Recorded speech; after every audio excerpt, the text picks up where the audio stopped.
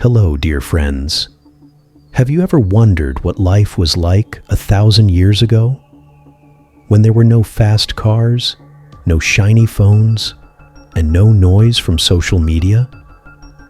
Today's story takes us on a mysterious journey back to that distant time.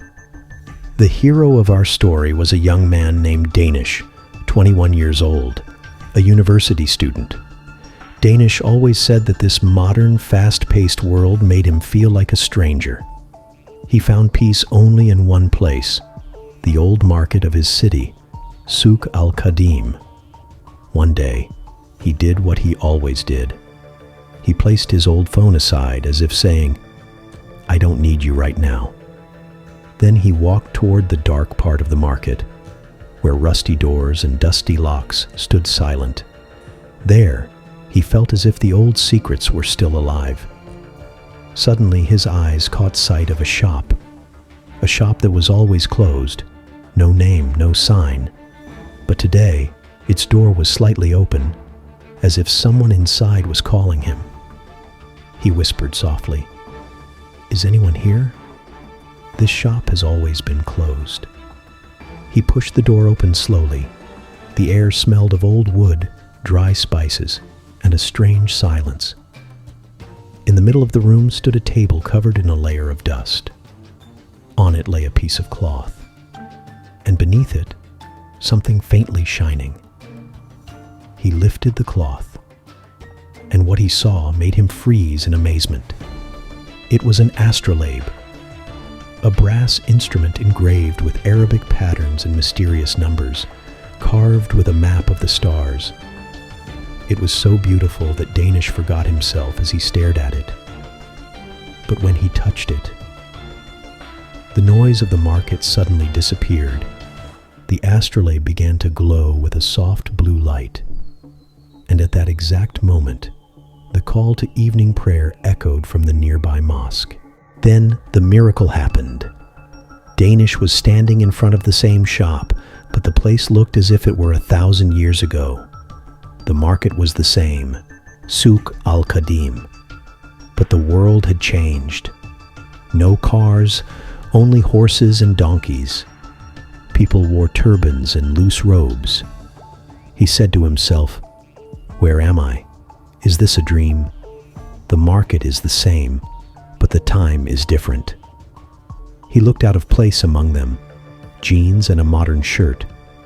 He hurried back to the door he had entered through, but it had vanished, replaced by a solid wooden wall. He was trapped in the past. At that moment, a young man named Zaid, 25 years old, approached him, a student of a great scholar. Zaid said, "Young man, who are you? And what is this strange clothing? Are you from a distant land?" Danish said, "I am from here, but I have traveled through time. This astrolabe is the reason." Zaid looked at the astrolabe with curiosity and admiration and said, "This is the Emerald Astrolabe. I read about it in old books. It opens the doors of the stars." Zaid explained that he must return before midnight, because his presence here could alter the balance of time, and that the astrolabe only works when the planets Saturn and Jupiter align at a specific angle.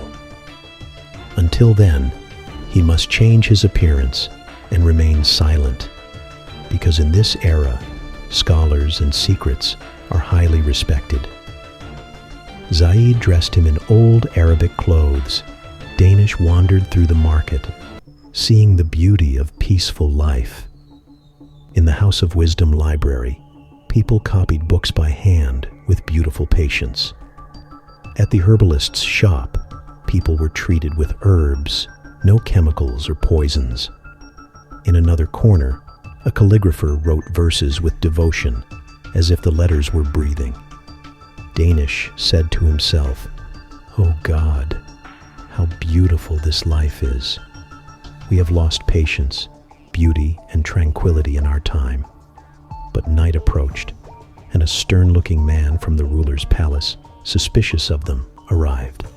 The man said, "O Zaid the calligrapher, who is this stranger?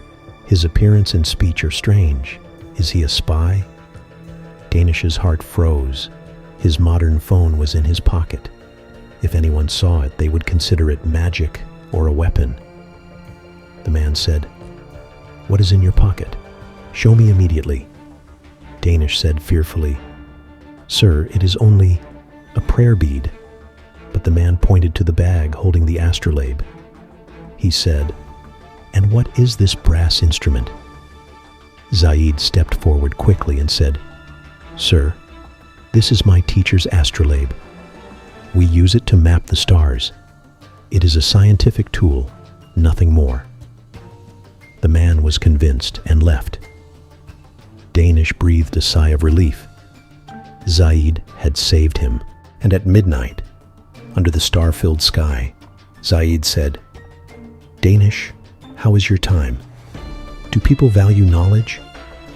Danish replied, "Yes, we have advanced a lot. We fly in the sky and talk to the whole world through a small box. But we have lost patience. We have lost tranquility. We have everything, yet we are not happy." Zaid smiled and said, "Then go back to your time. Take this lesson and remind your people of the greatness of their ancestors." Then he placed the astrolabe on the ground. The planets aligned in the sky. Zaid said, "Now, touch the stone and call your time." Tears welled up in Danish's eyes. He said, "Thank you, Zaid. I will never forget this peace and this knowledge." He touched the stone, the light flared, and time began to move swiftly. Maghrib, then Aisha, then the present. He opened his eyes, and he was in the same shop. Everything was as it had been. But beneath the astrolabe, he found a small silver paper written in beautiful Arabic script. "Preserve the knowledge you have learned." Danish smiled. He knew that what had happened was not a dream. He had returned with a renewed spirit and a great responsibility. He returned not to boast, but to remind us all that we have lost tranquility and that technology cannot replace humanity or its roots. The lesson of the story: value your heritage and seek calm within yourselves, not in the noise of the world. We have lost patience amidst the speed and forgotten that the beauty of knowledge lies in its spirit, not its form. Danish now carries a message. Technology is important, but it cannot replace a person's roots and values.